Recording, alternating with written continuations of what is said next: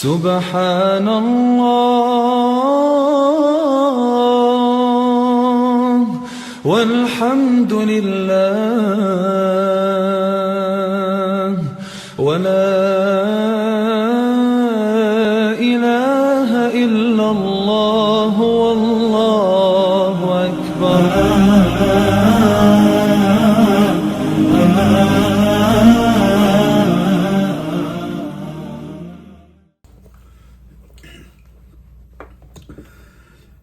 ولا حول ولا قوة إلا بالله العلي العظيم. أعوذ بالله من الشيطان الرجيم. بسم الله الرحمن الرحيم. الحمد لله الذي هدانا لهذا وما كنا لنهتدي لولا أن هدانا الله. لقد جاءت رسل ربنا بالحق والصلاة والسلام على رسول الثقلين محبوب رب المغربين والمشرقين جد الحسن والحسين بالقاسم محمد. اللهم صل على محمد وآل محمد وطيبين الطاهرين المعصومين ولعنة الله على أعدائهم أجمعين من الآن إلى قيام يوم الدين.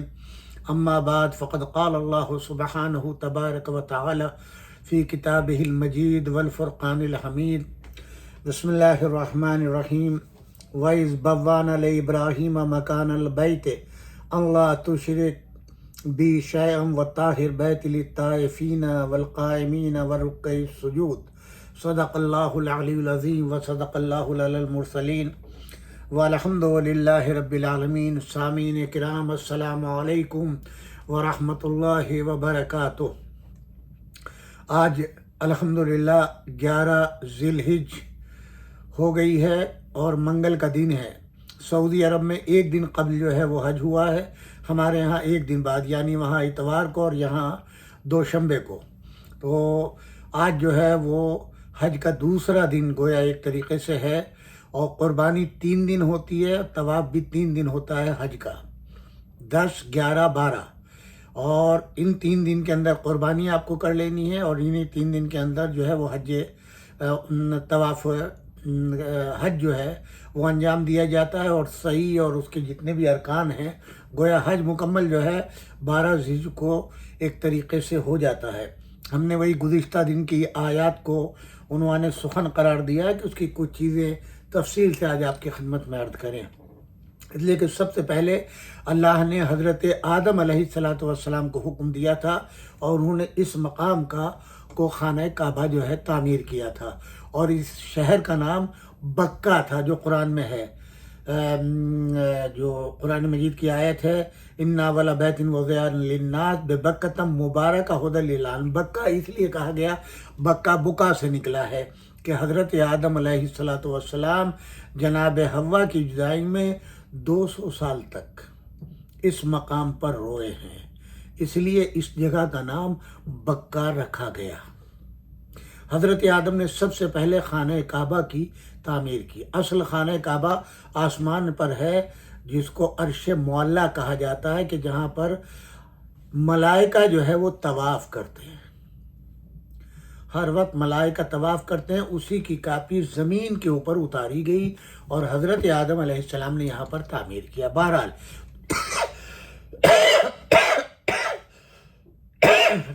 اس کے بعد جب طوفان نوح آیا تو یہ عمارت ختم ہو گئی، نشانات مٹ گئے. جب حضرت ابراہیم علیہ السلام کا زمانہ آیا تو اللہ نے آپ کو حکم دیا کہ ابراہیم خلیل، جنہوں نے اللہ کی دی ہوئی طاقت کے ذریعے خانہ کعبہ کی تعمیر کی، جو مختصر تاریخ بیان کی جاتی ہے وہ یہ ہے کہ حج کے وجوب، اس کے فلسفے اور اس کی عظیم عبادت کے بعد احکام کا بیان ہے. دوسرے لفظوں میں اس آیت کے مختلف گوشوں کو واضح کرنے کے لیے جو اس سے قبل کی آیتیں ہیں اس کے مقدمے کی حیثیت رکھتی ہے. آیت کے شروع میں خانہ کعبہ کی دوبارہ تعمیر کا واقعہ بیان کرتے ہوئے فرمایا جا رہا ہے، اس لمحے کو یاد کیجئے، وَإِذْ بَوَّأْنَا لِإِبْرَاهِيمَ، جب ہم نے ابراہیم کے لیے خانہ کعبہ کی جگہ کو نمایاں کیا تاکہ وہ اسی جگہ پر نئے سرے سے خانہ کعبہ کی تعمیر کھڑی کر دیں، عمارت کھڑی کر دیں۔ وَإِذْ بَوَّأْنَا لِإِبْرَاهِيمَ مَكَانَ الْبَيْتِ، بوا کے مادے سے ہے، یعنی کسی عمارت کے برابر کسی جگہ کا مساوی یا مسطح ہونا۔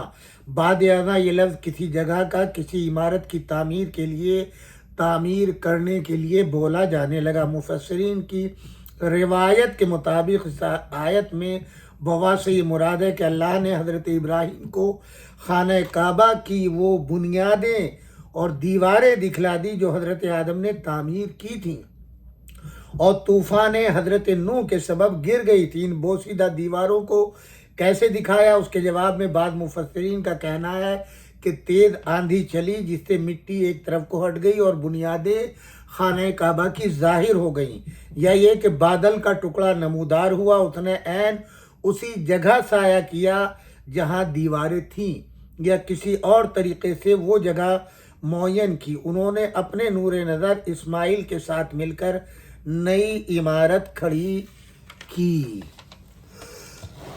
اس کے بعد ارشاد ہوتا ہے کہ جب عمارت بن گئی تو ہم نے ابراہیم سے ہم یوں گویا ہوئے کہ اس گھر کو توحید کا مضبوط مرکز بناؤ، کسی چیز کو میرا شریک نہ ٹھہراؤ، اور میرا گھر طواف کرنے والوں، قیام اور رکوع و سجود کرنے والوں کے لیے پاک رکھو۔ اللہ تشرک بی شیئا وطاہر بیتی للطائفین والقائمین والرکع السجود۔ حقیقت یہ ہے کہ حضرت ابراہیم علیہ السلام مامور تھے کہ خانہ کعبہ اس کے گرد و نواح کو ظاہری اور باطنی گندگی اور آلودگی سے محفوظ رکھیں، بتوں اور شرک کے دوسرے مظاہر سے اس کو خالی رکھیں، تاکہ اللہ کے بندے اس پاک مکان میں اللہ کے علاوہ کسی اور کا تصور بھی نہ کر سکیں، اور ایسے منزہ ماحول میں طواف، نماز جو اس سرزمین کی اہم ترین عبادت ہے بجا لایا کریں۔ ارکان نماز میں 3 اہم ارکان قیام، رکوع اور سجود کا ذکر کیا گیا ہے، اس لیے کہ باقی افعال انہی کے ذیل میں آتے ہیں۔ البتہ مفسرین نے بعض نے قائمین سے مراد مکے کے رہنے والوں کو قرار دیا ہے، کیونکہ قائمین کا لفظ طائفین اور رکعی سجود کے درمیان آیا ہے، اس لیے یہاں قائمین سے مراد نماز میں رکن قیام کے ادا کرنے والے ہیں، اور اسی مطلب کو اکثر شیعہ اور سنی مفسرین نے مراد لیا ہے اور بیان کیا ہے۔ ضمناً یہ بھی واضح ہو جائے الرکع سجود کے درمیان واو عاطفہ کیوں نہیں ہے، اگرچہ یہ دونوں اسما صفت ہیں۔ ارکع جمع راکع یعنی رکوع کرنے والا، اور سجود جمع ساجد یعنی سجدہ کرنے والا۔ یہ اس لیے ہے کہ عبادت کے دونوں انداز یکے بعد دیگرے اور ایک دوسرے سے متصل ہیں۔ خانہ کعبہ کے عبادت گزاروں کی عبادت کے لیے تیار ہو جانے کے بعد حضرت ابراہیم کو حکم دیا جاتا ہے لوگوں کو حج کی عام دعوت دیجیے، تاکہ لوگ پیدل اور کمزور سواریوں پر دروازے دور دراز سے بیت اللہ کی طرف عازم ہوں۔ وَأَذِّن فِي النَّاسِ بِالْحَجِّ يَأْتُوكَ رِجَالًا وَعَلَىٰ كُلِّ ضَامِرٍ يَأْتِينَ مِنْ كُلِّ فَجٍّ عَمِيقٍ۔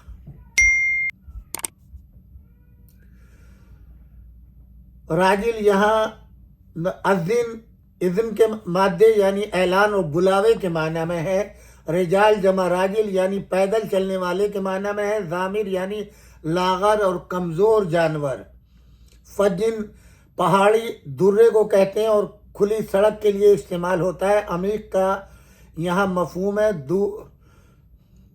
علی ابراہیم والی روایت ہے کہ اس حکم کے بعد حضرت ابراہیم نے بارگاہ الہی میں عرض کیا، بار الہ میری آواز تمام لوگوں تک نہیں پہنچ سکتی، تو فوراً ارشاد ہوا علیک الاذان والبلاغ، تم اعلان کرو لوگوں تک میں پہنچا دوں گا۔ چنانچہ حضرت ابراہیم اس جگہ پر تشریف لائے جسے مقام ابراہیم کہتے ہیں، کانوں میں دونوں انگلیاں کی، مشرق و مغرب کی طرف رخ کیا اور پکار کر کہا، ایھا الناس کتب علیکم الحج الی البیت العتیق فاجیبوا ربکم۔ چنانچہ اللہ نے ان کی آواز سب کے کانوں تک پہنچا دی، حتیٰ کہ صلب پدر و رحم مادر میں جو افراد تھے انہی نے بھی سن لیا، جواب میں لبیک اللہم لبیک بھی کہا۔ اس دن سے لے کر قیامت تک جتنے لوگ مراسم حج میں شریک ہوتے ہیں یا ہوں گے وہی ہیں جنہوں نے اس دن حضرت ابراہیم کی آواز پر لبیک کہا تھا۔ آیہ کریمہ میں سواری سے حج پر جانے والوں سے قبل پیدل جانے والوں کا ذکر ہے، اس لیے کہ اول الذکر کا رتبہ اللہ تعالیٰ کے یہاں زیادہ ہے، کیونکہ وہ زیادہ تکلیف اٹھاتے ہیں۔ چنانچہ حضور کی روایت ہے پیغمبر اکرم صلی اللہ علیہ وآلہ وسلم کی کہ پیدل پر حج جانے والے کے لیے ہر قدم پر 700 نیکیوں کا ثواب لکھا جاتا ہے، جبکہ سوار کے لیے صرف 70 نیکیوں کا، یعنی جو پیدل چلتے ہیں ان کا ثواب سواریوں پر آنے والوں سے 70 گنا ثواب زیادہ ہو جاتا ہے۔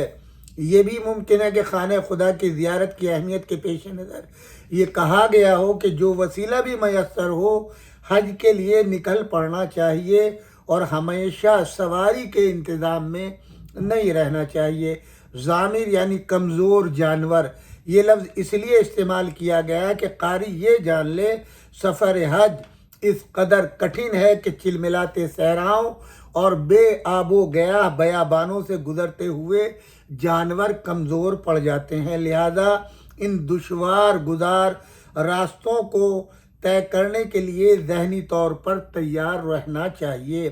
اس لفظ سے ایک اشارہ یہ بھی ملتا ہے، وہ یہ کہ ایسے جانور منتخب کیے جائیں جن کے جسم مشقت کی برابر مشق سے کمزور پڑ گئے ہوں، البتہ اعضاء اور پٹھے مضبوط ہوں، کیونکہ موٹے تازے جانور ایسے سفر میں کام نہیں آتے۔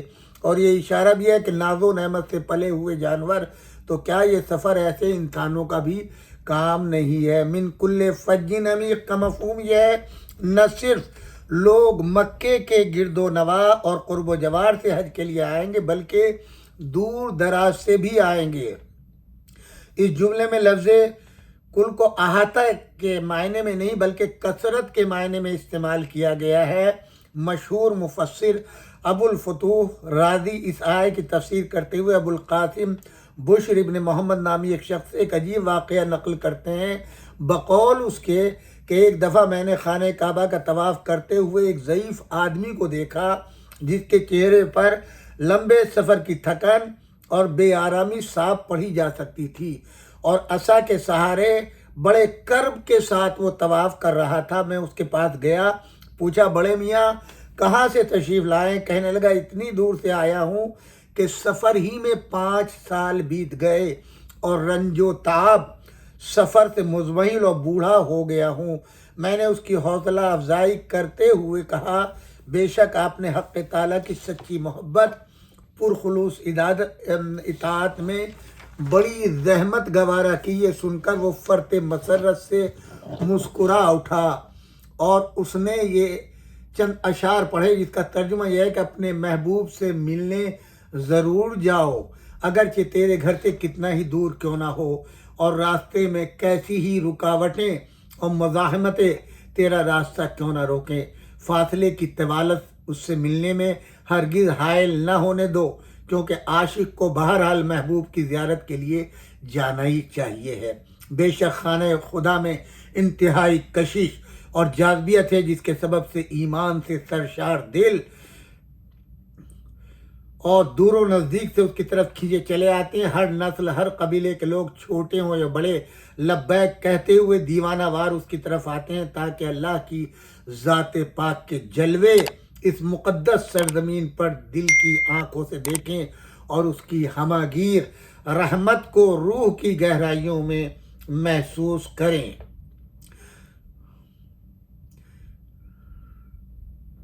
حج کے فلسفے کے مختلف پہلوؤں پر روشنی ڈالتے ہوئے ارشاد ہوتا ہے لوگ اس مقدس سرزمین پر آئیں تاکہ اپنے مفاد کو اپنی آنکھوں سے دیکھیں، لیشہد و منافع لہم۔ مفسرین قرآن نے لفظ منافع کے ذیل میں بہت کچھ ذکر کیا، البتہ بالکل واضح کہ اس لفظ کو غیر مشروط و لامحدود طور پر استعمال کیا ہے، یعنی مادی، معنوی، انفرادی، اجتماعی، سیاسی، اقتصادی، اخلاقی اور تعلیمی مفاد سبھی اس میں شامل ہے۔ بے شک مسلمانوں کو دنیا کے ہر علاقے سے ہر قسم کے لوگوں کو یہاں آنا چاہیے، اپنے مفاد کو دیکھنا چاہیے اور شاہد بننا چاہیے، یعنی اپنے وطن میں جو کچھ سنتے رہے ہیں یہاں آ کر اپنی آنکھوں سے دیکھ لیں۔ تفسیر نور الثقلین جلد 3 صفحہ 428 پر امام جعفر صادق علیہ السلام کی ایک روایت نقل کی گئی ہے کہ ربیع ابن خثیم نے امام سے اس لفظ کی تفسیر کے بارے میں پوچھا تو آپ نے فرمایا لفظ دنیا و آخرت کے جملہ مفاد اپنے اندر لیے ہوئے۔ اس کے بعد ارشاد ہوتا ہے حجاج آئیں، قربانی کریں، روزی کے سلسلے میں دیے جانے والے جانوروں کو مخصوص ایام میں اللہ کا نام لے کر ذبح کریں۔ وَيَذْكُرُوا اسم اللہ فی ایام معلومات علی ما رزقہم من بہیمۃ الانعام۔ مناسک حج میں وہ امور یا افعال مرکزی حیثیت رکھتے ہیں جن سے اللہ تعلق پیدا ہو اور اس طرح اس عبارت کی عظمت کی عکاسی کرتے ہیں۔ چنانچہ اس آیت میں قربانی کرتے ہوئے صرف اللہ کا نام لینے کا ذکر کیا گیا ہے جو شرائط ذبح میں ہے، اس لیے کہ تاکہ قربانی کرنے والے کی پوری توجہ اللہ اور اس کے قبول کرنے پر رہے، قربانی کے گوشت یا دیگر دنیاوی مفاد اس کے ذیل میں نہ رہے۔ دراصل جانوروں کی قربانی انسانوں کے ذہن میں راہ خدا میں قربان ہونے کے لیے آمادگی کا ایک ذریعہ ہے، جس طرح واقعات حضرت ابراہیم و اسماعیل میں آیا ہے کہ انہوں نے یہ عمل بجا لا کر گویا اعلان فرمایا ہم اللہ کی راہ میں ہر قربانی دے سکتے ہیں، حتیٰ کہ جان تک بھی قربان کر سکتے ہیں۔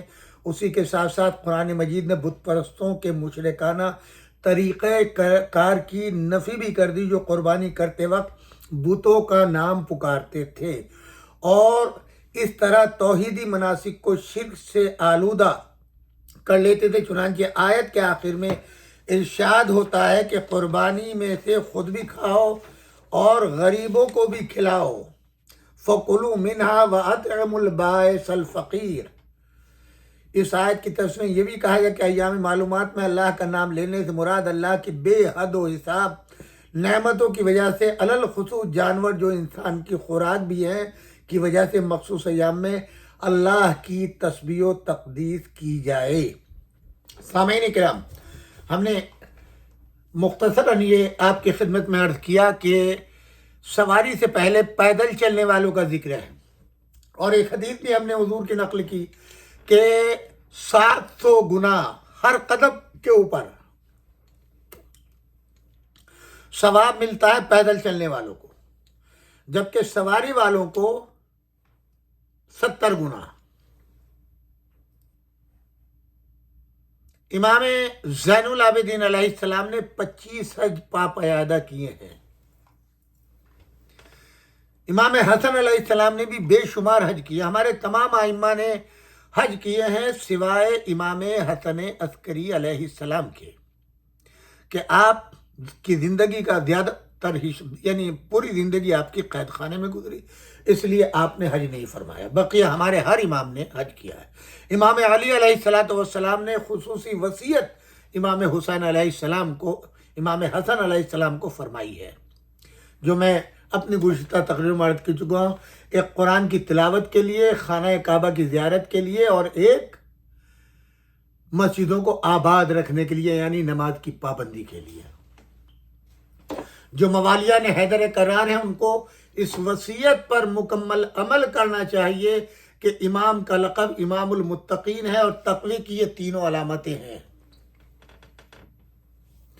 اب یہاں آپ کو یہ بھی عرض کر دوں، ظاہر ہے کہ حج میں اس وقت تو بہت آسان اس لحاظ سے ہے کہ آپ ہوائی جہاز سے سفر کرتے ہیں، ہر جگہ سے، مدینے سے بھی آتے ہیں، ٹرین کا بھی اب سفر ہے، بسیں بھی ہیں، کاریں بھی ہیں، تمام تر۔ اب وہ زمانہ گیا کہ اونٹوں اور گھوڑوں پر جو ہے یا گدھوں پر سفر کیا جاتا تھا، اب وہ سواریوں کا تصور بھی ختم ہو گیا۔ اب تو جو خانہ کعبہ کے اطراف میں جو جگہ ہیں، جیسے مزدلفہ جانا ہے، مینا جانا ہے، عرفات جانا ہے، وہاں کے لیے بھی لاکھوں بسوں کا انتظام رہتا ہے، ٹرم چل رہی ہیں، ہر طریقے سے انتظام ہے، لیکن پھر بھی بہت سے لوگ جو ہیں اس ثواب کو لینے کے لیے مکے سے پیدل جاتے ہیں، لاکھوں کی تعداد میں۔ اور ویسے ہی میدان عرفات سے مزدلفہ، مزدلفہ سے منی پیدل آتے ہیں، مزدلفہ سے تو خیر پیدل ہی آنا ہوتا ہے زیادہ تر۔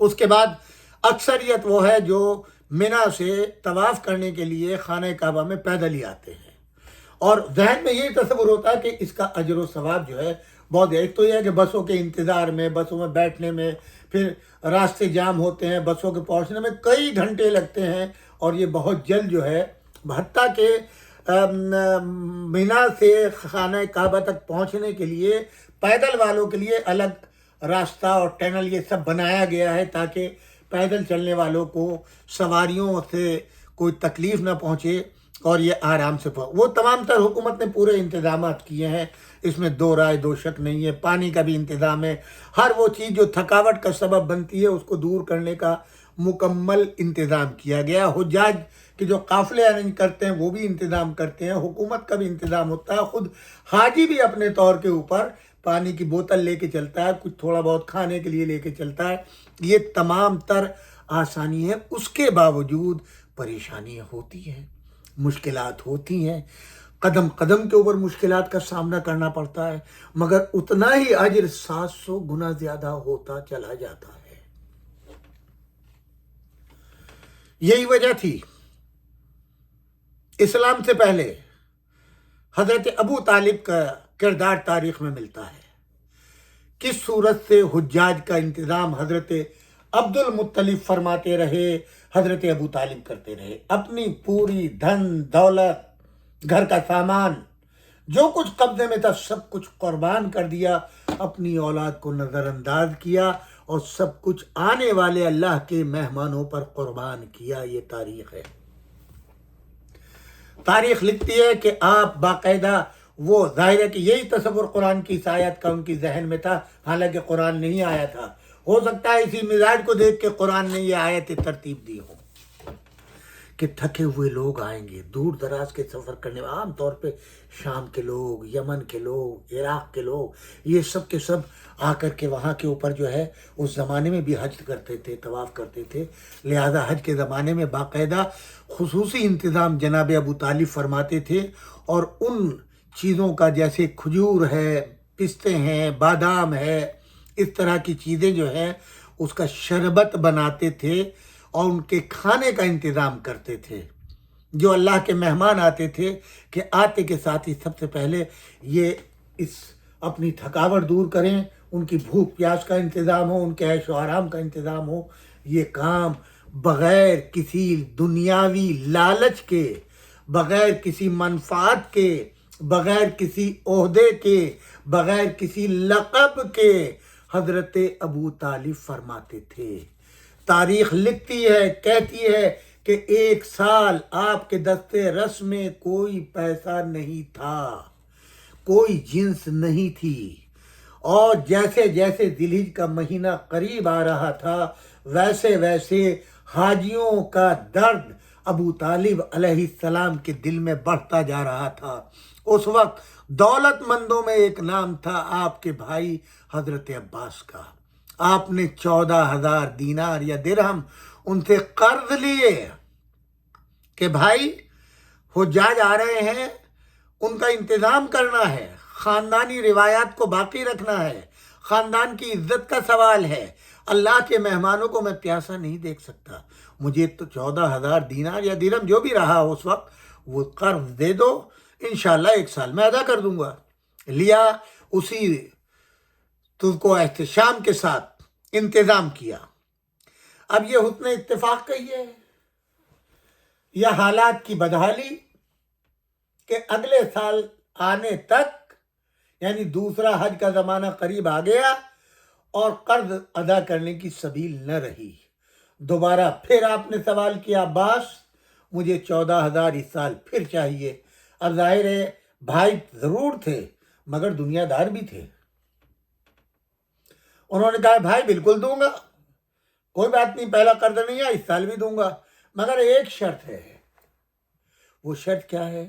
اگر آپ یہ قرض ادا نہ کر سکے تو خانہ کعبہ کی چابیاں مجھے دے دیں گے، اور جو تولیت کا شرف آپ کے نام ہے وہ میرے نام ٹرانسفر کر دیں گے بلا تکلف، بغیر سوچے ہوئے، اللہ کی رضا کے لیے اور حجاج کی پریشانی کو دور کرنے کے لیے آپ نے بغیر سوچے سمجھے مشورہ کیے بغیر قبول کر لیا، ہاں بھائی منظور ہے، اگر میں اگلے سال تک یہ قرض ادا نہ کر سکا دے دوں گا۔ چنانچہ اسی اہتمام کے ساتھ سابقہ عادت کے مطابق حاجیوں کا مکمل طریقے سے انتظام کیا، اور پھر وہ وقت بھی آیا کہ جناب ابو طالب قرض ادا نہ کر سکے اور خانہ کعبہ کی کنجیاں عباس کے حوالے کی، تولیت حوالے کی۔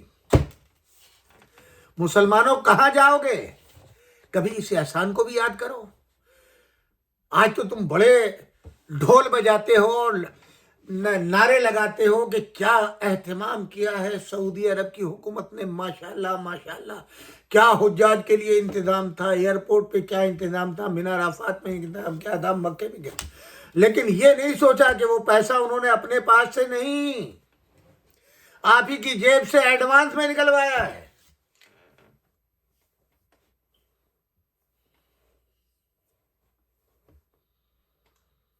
آج امریکہ سے حج کا خرچ جو ہے 15,000 سے 18,000 ڈالر ہے، 15,000 سے 18,000۔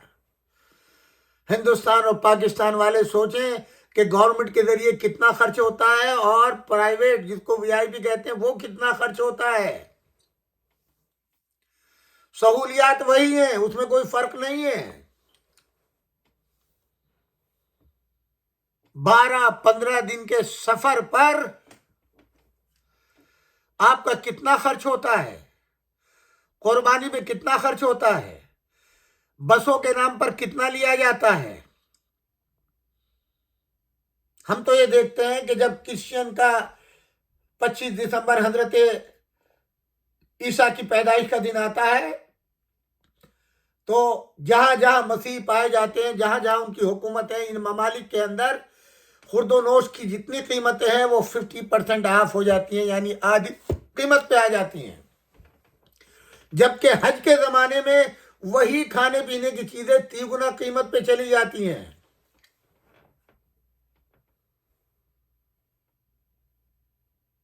جو 5 اسٹار ہوٹلز ہیں ان کے قیام میں ناشتہ تو ہوٹل کی طرف سے ہوتا ہے، مگر ایک وقت کا کھانا دوپہر کا ہو یا شام کا ہو 135 ریال ایک وقت کا کھانا۔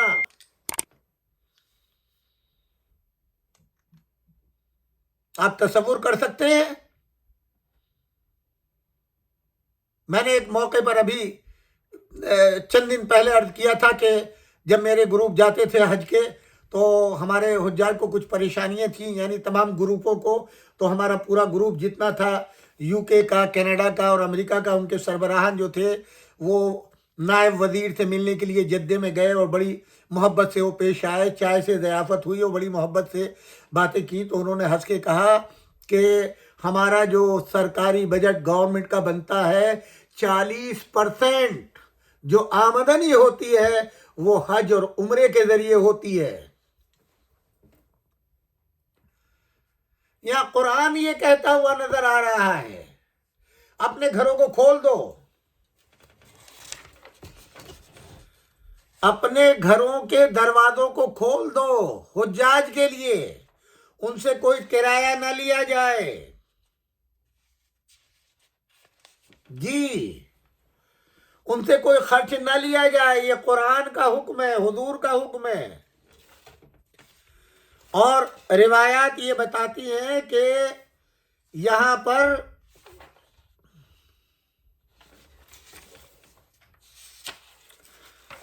دروازے نہیں ہوتے تھے خانہ کعبہ میں،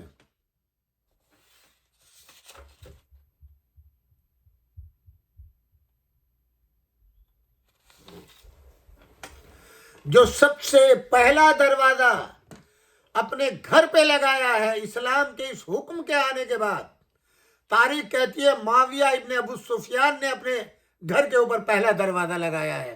دروازہ لگانے کا مطلب یہ ہے کہ میرے گھر میں کسی حاجی کے آنے کی گنجائش نہیں ہے۔ تاریخ پڑھیے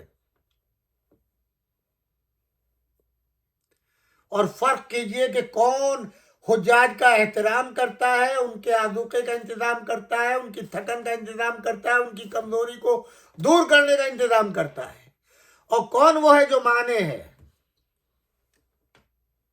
یہ تاریخ یہ لوگوں کو بتائے نا۔ جب قرآن حضور نے فرما دیا مکے کے اندر کسی کا دروازہ بند نہیں ہوگا حاجیوں کے لیے، ہر ایک کا دروازہ کھلا ہوا ہوگا، جو جہاں چاہے رہ جائے۔ آج بھی بہت سے ایسے مخلص لوگ موجود ہیں، ایسی بات نہیں ہے، لیکن چونکہ جتنے وہاں کے دولت مند لوگ ہیں یا حکومت کے لوگ ہیں، انہوں نے بڑی بڑی 5 اسٹار خانے کعبہ کے چاروں طرف تا حد نگاہ 5 اسٹار 6 اسٹار 7 اسٹار ہوٹلیں بن گئی ہیں، اور جن کے اخراجات، جن کی رہائش اور یہ سب، وہ اتنی مہنگی لوگ آتے ہیں، ان کے پاس پیسہ ہے، ماشاءاللہ سے خرچ کرتے ہیں، آپ تصور بھی نہیں کر سکتے۔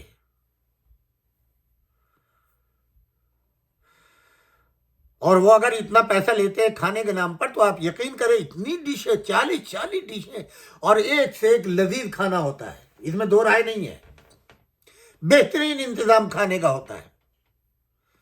کتنا کھائیں گے آپ؟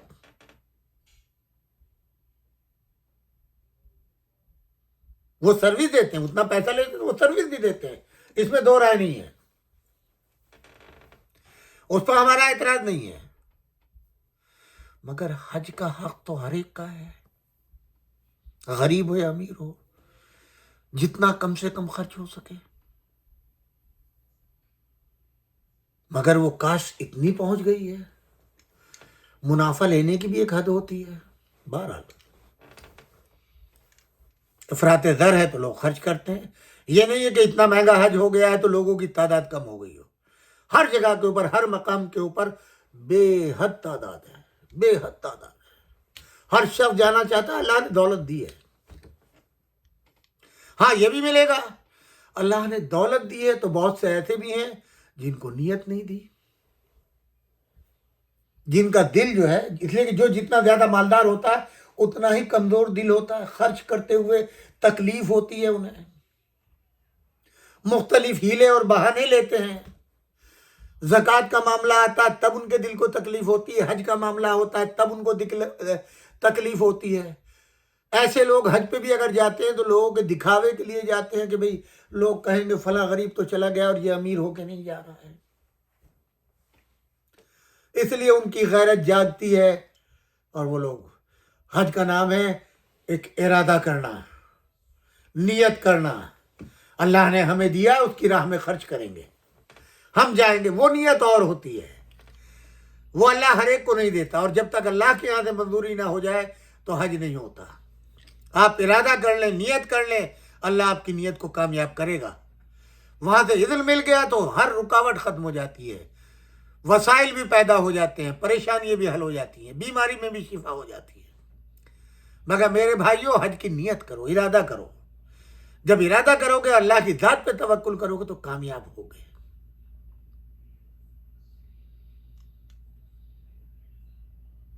بڑی عظیم عبادت ہے، اور اس عبادت کے ساتھ ساتھ جو فلسفہ حج ہے، جب تم دنیا سے آئے ہوئے حجاج کو دیکھو گے تو تمہاری آنکھیں کھلیں گی، جو تعصب کی اینک ہے وہ احرام باندھنے سے اتر جاتی ہے۔ جب گورے کالے غلام آقا ان سب کو، یہاں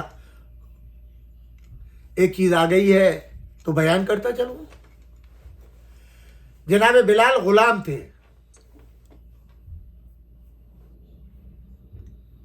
حضور نے خرید لیا،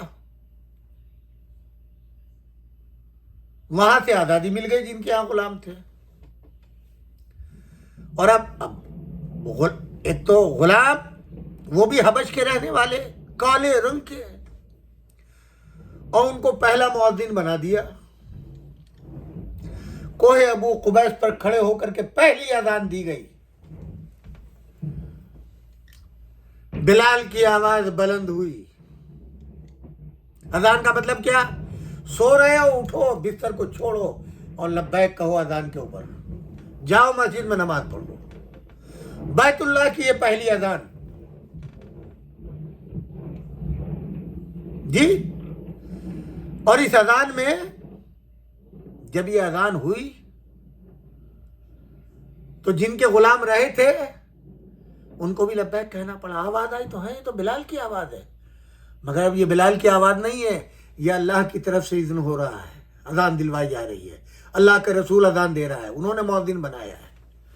2-4 دن تو گزرے، بڑا دل گزرا. یہ غلام جو کل ہماری خدمت کرتا تھا، ہاتھ پیر دباتا تھا، گھر کے کام کرتا تھا، بچوں کو کھلاتا تھا، آج اس کی یہ نوبت آ گئی کہ اس کی آواز پر ہم لبیک کہیں.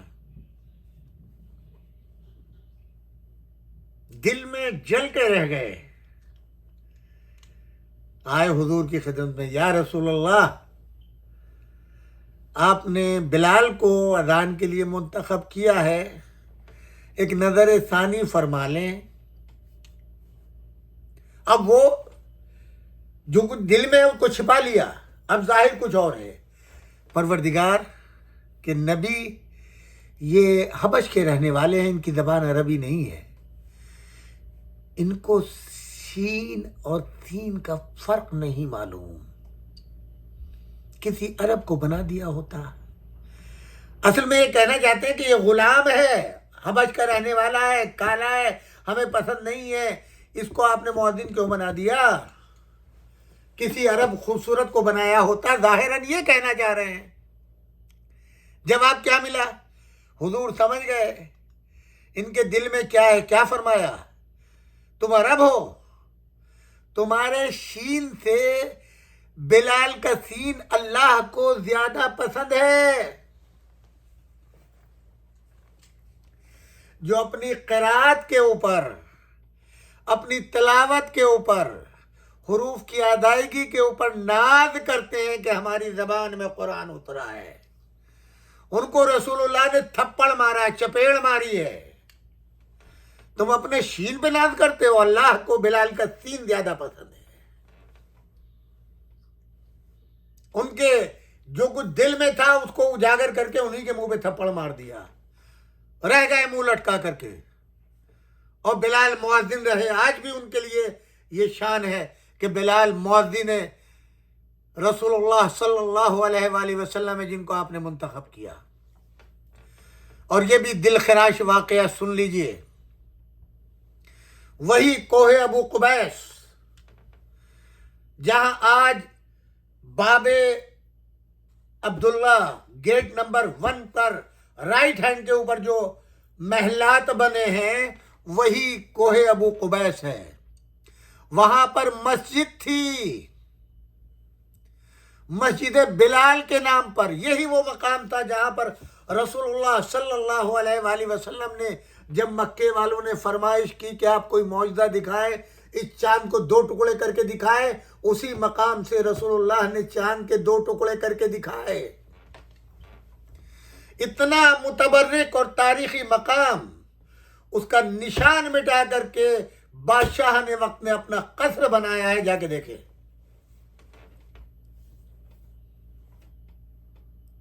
بابری مسجد پہ تو بڑا شور مچایا مسلمانوں نے. یہ تاریخی مقام جاننے کی ضرورت نہیں ہے. یہ اثاثہ تھا اسلام کا جو مٹا دیا گیا مسلمانوں کے ہاتھوں، تاکہ بادشاہ کی فیملی والے یا ان کے مہمان جو ہیں ڈائریکٹ خانہ کعبہ میں آنے کی زحمت نہ اٹھائیں اور وہاں کے امام کی امامت میں وہیں قصر سے خانہ کعبہ دکھائی دے اور نماز پڑھ لیں.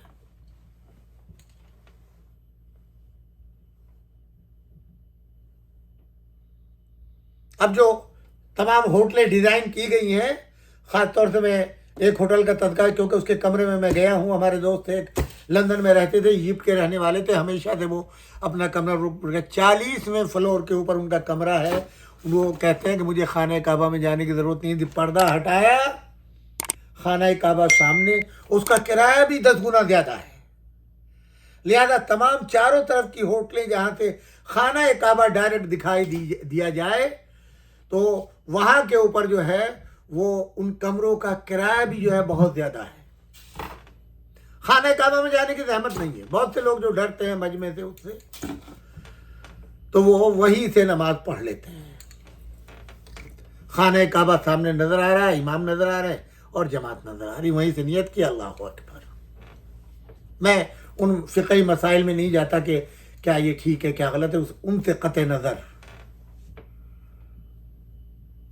تو مسلمانوں اس تاریخ کو بھی یاد رکھو،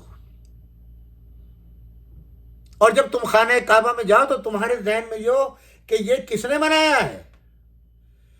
جتنے حج کے ارکان ہیں اس میں کوئی بھی رکن ہمارے نبی صلی اللہ علیہ وآلہ وسلم کا بنایا ہوا نہیں ہے،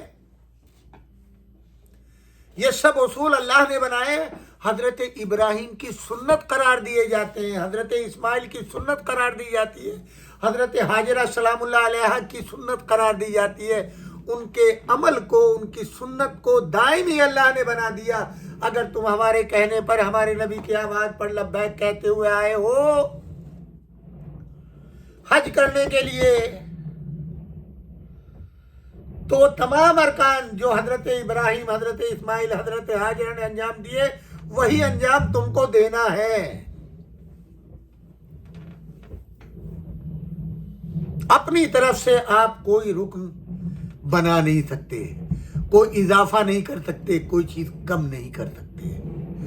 ہزاروں سال پرانی تاریخ میں جاتے ہیں اور آپ کے ذہن میں تصور ہوتا ہے یہ مقام ہے۔ جب خانہ کعبہ کے پاس پہنچو تو پھر یہ دیکھو کہ یہ خانہ کعبہ کیسے تعمیر ہوا، باہر سے کوئی اینٹ نہیں آئے، کوئی مسالہ نہیں آیا، کوئی پانی نہیں آیا، وہیں چاہے زمزم سے پتھر نکلے، وہیں کے اوپر جو مقام ابراہیم ہے وہ پتھر لگا ہوا ہے کہ جب شانے تک جو ہے وہ خانہ کعبہ کی دیواریں تعمیر ہو گئیں تو اب اللہ کی طرف دیکھا تو اللہ نے وہاں سے یہ سوال کیا تھا نا، پروردگار نے جب حکم دیا کہ میرے لیے گھر بناؤ، کہا پروردگار کیسے بناؤں، کہاں سے مسالہ کا سب انتظام، جبرائیل آئے اور اسی چاہے زمزم سے پتھر نکلے، مسالہ نکلا اور وہ بنا کر کے جبرائیل دیتے جاتے تھے اور دونوں باپ بیٹے تعمیر کرتے چلے جاتے تھے۔ پھر ایک پتھر آیا جس پہ کھڑے ہوئے اور وہ کرین کا کام کرتا تھا، اسی پہ کھڑے ہو کے حضرت ابراہیم وہ بڑھتا چلا جاتا تھا جیسے جیسے دیواریں بلند ہوتی تھی۔ اس پتھر کے اوپر حضرت ابراہیم کے نشانے، وہ ایک چھوٹا سا گنبد جہاں دروازے کے سامنے مقام ابراہیم کہلاتا ہے، 70 فیٹ کا فاصلہ ہے، وہاں پر وہ نصب ہے، اس کے اوپر ایک گنبد بھی خوبصورت گولڈ کا بنایا گیا ہے۔ تو آپ کے ذہن میں تصور ہو کہ یہ خانہ کعبہ کیسے تعمیر ہوا، کیسے باپ بیٹوں نے بنایا، اور پھر آپ اخلاص دیکھیں، جیسے جیسے عمارت بنتی جاتی تھی دونوں باپ بیٹے کے دل میں ایک ہی دعا، پروردگارا ربنا تقبل منا، ربنا تقبل منا، میرے معبود اس صحیح کو قبول کر لے، اس صحیح کو قبول کر لے، اس صحیح کا کس محبت میں پروردگار تو نے خواہش کی نا اس گھر کے بنانے کی، ہم نے نہیں، تو نے کی ہے، تیری مرضی کو پورا کر رہے ہیں، لہذا خانہ کعبہ جو ہے بنتا جا رہا ہے، دونوں باپ بیٹے دعا کرتے، اس کے بعد بھی اللہ کہتا ہی تھے پاک کر دو۔ ہائے کتنا جالب یہ قرآن کی آیت کا جملہ ہے، وَطَاهِرْ بَيْتِي لِلطَّائِفِينَ وَالْقَائِمِينَ وَرِكُعِ السُّجُودِ، میرے اس گھر کو پاک کر دو۔ دو نبی جس میں ایک اولو العزم پیغمبر خلیل اللہ، ایک ذبیح اللہ، وہ تعمیر کر رہے ہیں، اور تعمیر ہونے کے بعد اللہ کہہ رہا ہے اسے پاک کر دو۔ کیا معاذ اللہ نجس تھا؟ نہیں، طاہر کرنے کے معنی یہ ہے کل آپ کی نسل میں صبح قیامت تک کوئی آپ کی اولاد میں نسل میں یہ دعویٰ نہ کرے کہ یہ ہمارے جد نے بنایا تھا، ہماری ملکیت ہے۔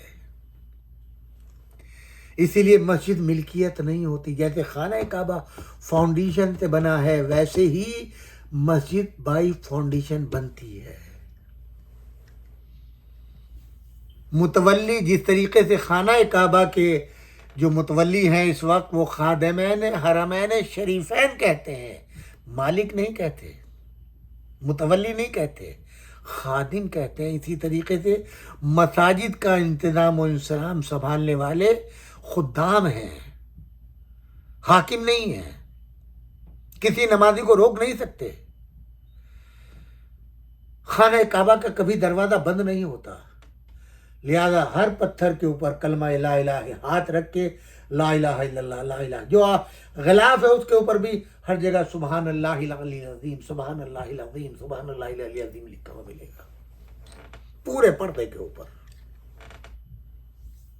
جب تم آؤ تو حضرت ابراہیم کی عظمت کا اعلان کرو، جن ہاتھوں سے انہوں نے بنایا ہے ان ہاتھوں پر سلام، جن قدموں سے آگے بڑھے ہیں ان پر سلام، ابراہیم و اسماعیل تمہاری نعمت و زحمتوں پر سلام، تمہارے اعضا پر سلام کہ تم نے ملت اسلام کے لیے اللہ کا ایک گھر بنایا جہاں سے پوری دنیا سے حجاج زیارت کرنے آ سکے۔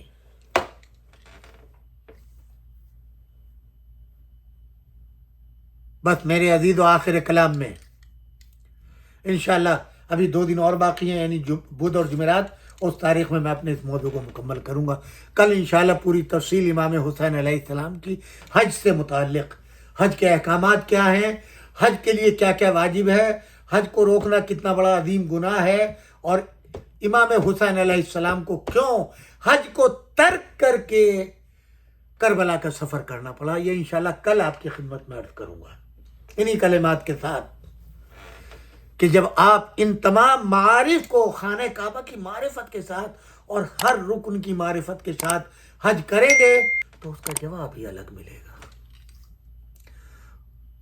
وہ چاشنی الگ ہوگی، وہ لطف اندازی الگ ہوگا، زندگی بھر بھولے۔ سب سے بڑی چیز یہ کہ آپ کو حاجی کے لقب سے ملقب کیا جاتا ہے، شرف ہوتا ہے فلاں نام کے ساتھ حاجی لگ گیا، کتنا بڑا شرف ہے آپ کے لیے کہ آپ حج بیت اللہ کی زیارت کر کے آئیں۔ پھر لوگوں کے لیے حکم ہے جو حج کر کے آیا ہے، ایک تو ایک جب کوئی حج کے لیے جا رہا اس کو الوداع کہو کہ وہ اس عظیم نعمت کو لینے کے لیے جا رہا ہے کہ اپنی آنکھوں سے خانہ کعبہ کا دیدار کرے گا، اور جب وہ آئے تو اس کا استقبال کرو، اس کے ہاتھوں کو بوسہ دو، پیشانی کو بوسہ دو کہ یہ خانہ کعبہ سے اپنے کو مس کر کے آیا ہے۔ یہ ہے خانہ کعبہ کا احترام میرے عزیزو۔ آج کی تقریر ہماری یہیں ختم ہوتی ہے، انشاءاللہ بقیہ آئندہ کل اور پرسوں۔ خداوند عالم آپ کو سلامتی دے، آپ کی توفیقات میں اضافہ کرے، آپ کو کوئی غم نہ دے سوائے غم اہل بیت اطہار علیہ السلام کے، آپ کو حج و عمرے کی سعادت نصیب ہو اور کربلا کی زیارت نصیب ہو، اور ظہور امام زمان میں پروردگارہ تعجیل فرما، ان کے اعوان و انصار میں ہم سب کا شمار فرما۔ ربنا تقبل منا انک انت السمیع العلیم۔ اسی کے ساتھ ساتھ پروردگار عالم آپ صحت و سلامتی و طول حیات عطا فرمائے۔ مقرر ایک مرتبہ سورہ فاتحہ جو حجاج حج کے زمانے میں قبل میں انتقال کر چکے یا اس سال، خاص طور سے ہمارے جناب حاجی بشارت حسین صاحب، جو ہمارے دوست جناب شباہت حسین اور جناب دولت حسین مقیم میری لینڈ کے والد ماجد تھے، اور انہوں نے اس سال حج کیا تھا، ان دونوں بھائیوں نے بھی اور ان کی ازواج نے بھی، وہ مقام عرفات میں انتقال کر گئے تھے۔ علامہ مرحوم ذیشان حیدر صاحب قبلہ اور بہت سے ہمارے علماء ہم لوگ تھے جن کی معیت میں ان کی تجہیز و تکفین کی اور نماز جنازہ علامہ مرحوم ذیشان حیدر جوادی نے پڑھائی۔ ان کے لیے خاص طور سے بشارت حسین مرحوم اور دیگر حجاج جو انتقال فرما چکے، ایک شاہ صاحب، نام مجھے یاد نہیں رہا، کل انشاءاللہ یاد کر کے بتاؤں، ان شاہ صاحب کی جو 12 محرم کو 12 ذی الحجہ کو ہمارے ساتھ، ہمارے حاجی تھے، ہمارے گروپ کے تھے، ان کی اہلیہ ہمارے ساتھ تھی، اس میں انہوں نے انتقال کیا، اور وہ بھی جو ہے حجاج کے قبرستان میں دفن ہیں۔ ان سب کے لیے سورۃ الفاتحہ، مولانا تلمیذ الحسن رضوی صاحب کے لیے، میرے والدین کے لیے، باقر بھائی اور ہمارے دیگر جتنے مرحومین ہیں، آپ سب کے، ان سب کے ارواح کے لیے سورۃ الفاتحہ۔ والسلام علیکم جمیعاً ورحمۃ اللہ وبرکاتہ۔